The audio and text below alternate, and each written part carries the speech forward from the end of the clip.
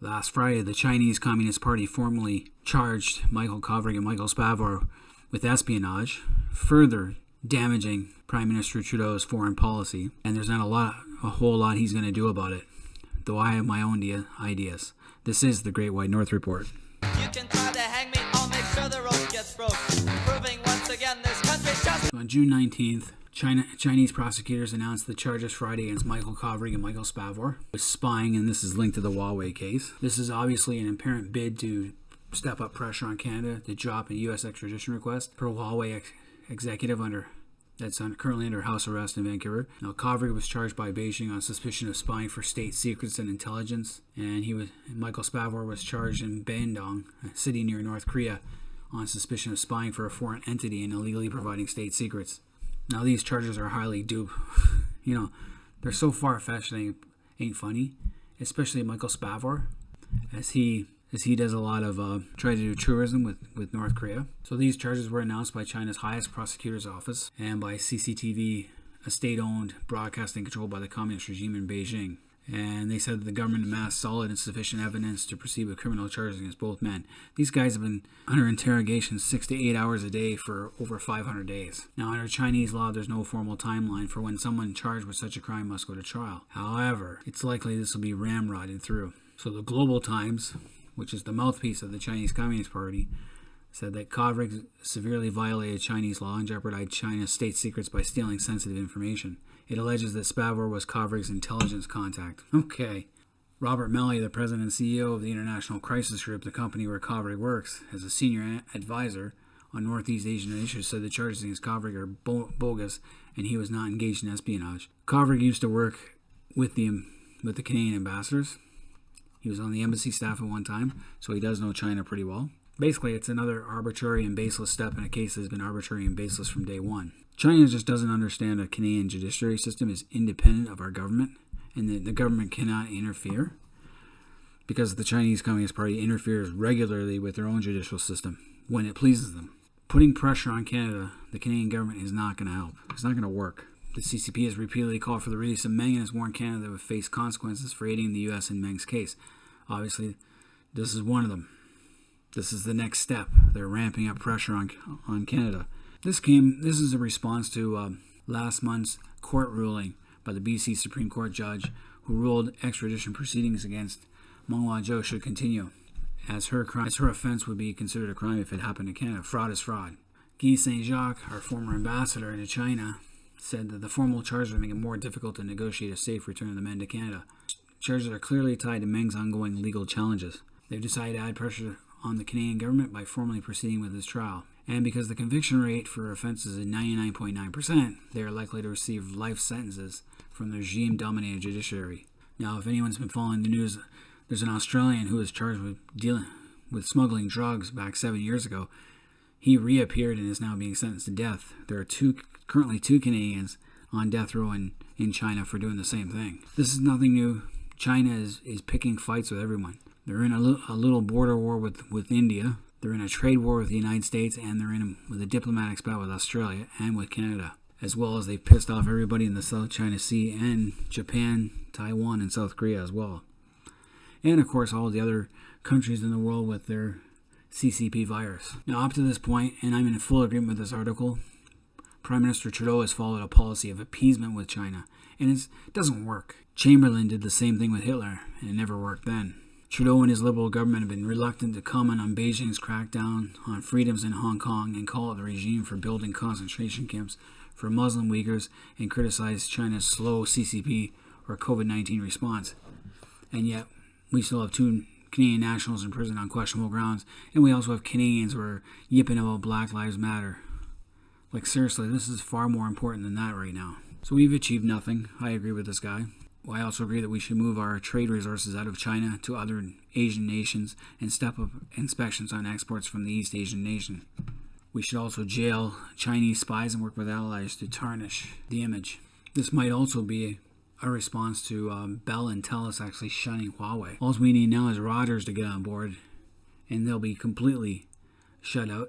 And then it won't matter if Trudeau imposes a ban or not, though he should impose a ban on principle, but he's afraid to. So what is Trudeau's response? He's disappointed after China charges 2 Canadians with spying. Like, disappointed. Come on, use some stronger words than that, buddy. This is why we need a new Prime Minister, and I don't think Scheer or Singh are the two guys to do it either. We need somebody else, something tougher. It's time to get tough. So these guys have been detained for 557 days, and Canada just wants to work behind the scenes in very direct and firm ways. What firm ways? I have more firm ways than you dummy. And it's only when the press asks him to respond to China's latest actions that he comments on them. While Deputy Prime Minister Chrystia Freeland said she was heartbroken and really angry to learn about the latest development. She said the effort to repatriate the men is a whole of government effort, and Canada will not rest until they've been freed. She has a little more balls than Trudeau, but unfortunately, she works for him. So basically, if we go back to China and ask them to return our 2 Canadians, they'll say, don't ask us to intervene in a legal process. Don't you know China is a country governed by the rule of law? So they're going to use our own words against us if we beg for the return of our 2 Canadians. These guys are going to have to go through the whole court proceedings. They'll probably receive life sentences, and we'll have to trade for them, and which won't work, because we're going to send Meng back to the States. Once that happens, who knows what's going to happen to any Canadians in China. This is also amid rising tensions that Canadian lobster exports to China are also being delayed, just because Chinese importers started demanding a signed declaration that Canadian live and processed lobster is free of CCP virus before it can enter China. This is because they found traces of the virus in a wet market in China.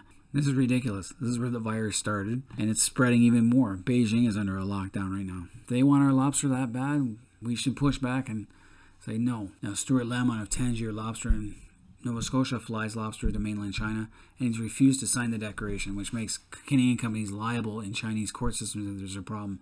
Right, so if you sign that, you're liable. I'm pretty sure we're shipping non-CCP virus products, and he doesn't want to be subject to the whims of the Chinese court system, saying that the 2 Michaels in jail can speak to that better than I can. Now, the financial stakes are high in Atlantic Canada, obviously. They ship about $457 million worth of lobster to China. But then if they find new markets and stop shipping to China, where are they going to get their lobster? Just because they found a cutting board used for salmon in a market in Beijing. Seriously, you've seen how clean they are in a Chinese market? So they're canceling shipments in Nova Scotia rather than risk delays of up to 36 hours waiting for test results when the perishable product arrives in China. So it's basically going to sit and rot. This is one of my ideas that I have. So the One China principle, adhered by Beijing, provides that there is only one China and Taiwan is part of China. While the One China policy, which the U.S. adheres to, is that the U.S. acknowledges that China has made certain claims over Taiwan, but that the U.S. does not recognize Chinese claims over the sovereignty of Taiwan. The U.S. only acknowledges China's claims. This is also one of those things where they have one China, two systems, which is what they have in Hong Kong, and they kind of agree with that in Taiwan for a bit. So it's a very complicated thing, but it goes back to the Canadian decision to recognize China back in 1970 when Canada established diplomatic relations with mainland China. This was when the Prime Minister of Canada at the time was Pierre Elliott Trudeau, Justine's father, and it was time when the October crisis with the FLQ was in full swing, and it was Pierre Elliott Trudeau's policy push in '68 that led to Canada to pursue recognition of the People's Republic of China. Well, with the whole One China policy, that means that we could easily switch our recognition from the Communist Party of China to the Republic of China, Taiwan. After all, it's still China. According to that claim, we could outlaw the CCP outright as bandits, as they like to be called, and say that the people in Taiwan, the president of Taiwan, is more representative of China than anyone else. If we did that, that would just drive the CCP nuts. That would mean that we would take all our embassies out of China, relocate them to Taiwan, and kick them out of Canada. And all their Confucian institutes as well. It would definitely send the strongest message possible and let them know that we don't care. It's dangerous though. But hey, other countries do it. El Salvador, Guatemala, Haiti, Honduras. Look at these countries. These are small countries. Nauru did it twice. They recognized the CCP in 2002, but then switched back in 2005 because the CCP was being assholes. The same with St. Lucia. All these small countries can recognize Taiwan. Surely we can. Also, the Beijing Winter Olympics in 2022. We got 2 Canadians in jail over some stupid reasons. Do you want to send a whole athletic team and tourists to see the Winter Olympics in China at this time? When you have a CCP virus, you have arbitrarily detention of Canadians. How many more are going to be kidnapped when they're over there? I'm in full agreement of pulling out of the Beijing 2022 games. I've been calling this for over a year now. There's so many reasons to boycott Beijing in 2022, and the CCP virus is the newest one. I'm all for bringing it back to Vancouver in 2022. Have a rival Olympics. That way our athletes can compete, and we should invite all our allies as well, and anyone else who wants to come in. I know the IOC will cry, but who cares? The IOC is pretty corrupt anyway. Screw the IOC. Hell, even bring it back to Calgary. That would be something to see. And I'm sure other countries like Australia, the UK, the US, and a few European countries might, as well as Japan, might actually consider it. And it would be the biggest slap in the face to the CCP, who craves attention and recognition for everything they do. We should also start putting tariffs on any Chinese products that come into our country, because China exports manufactured goods like electrical machinery, furniture, and footwear to Canada, as well as a lot of our sports equipment, and it imports mainly raw materials. So right now, top Canadian exports are wood pulp, oilseeds and grains, ores, mineral fields, and oil, as well as lobster. The Chinese market for many Canadian-made manufactured goods is blocked by a high tariff wall, which means the cost of these projects prohibited for Chinese consumers. And they also like to counterfeit a lot of times. So Chinese products face no tariffs as when they are imported to Canada. They're using similar production products and materials and have much lower labor costs. So this is one of the things I would like to see. I would like to see tariffs on Chinese products coming into Canada, and it'll force more and more companies to use other markets, other countries to set up business in. And we should find new markets for our own stuff. I have no problems. Anyway, those are 3 of the ideas I had. What we can do to strike back at China. It will take a strong prime minister to do it and government to do so. Unfortunately, we don't have that. And the sooner Justin Trudeau faces a confidence vote in Parliament, the better.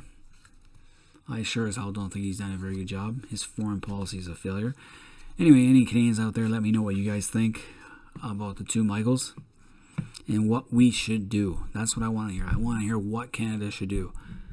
Not how bad Canada is, because I get that a lot, but what could or should Canada do.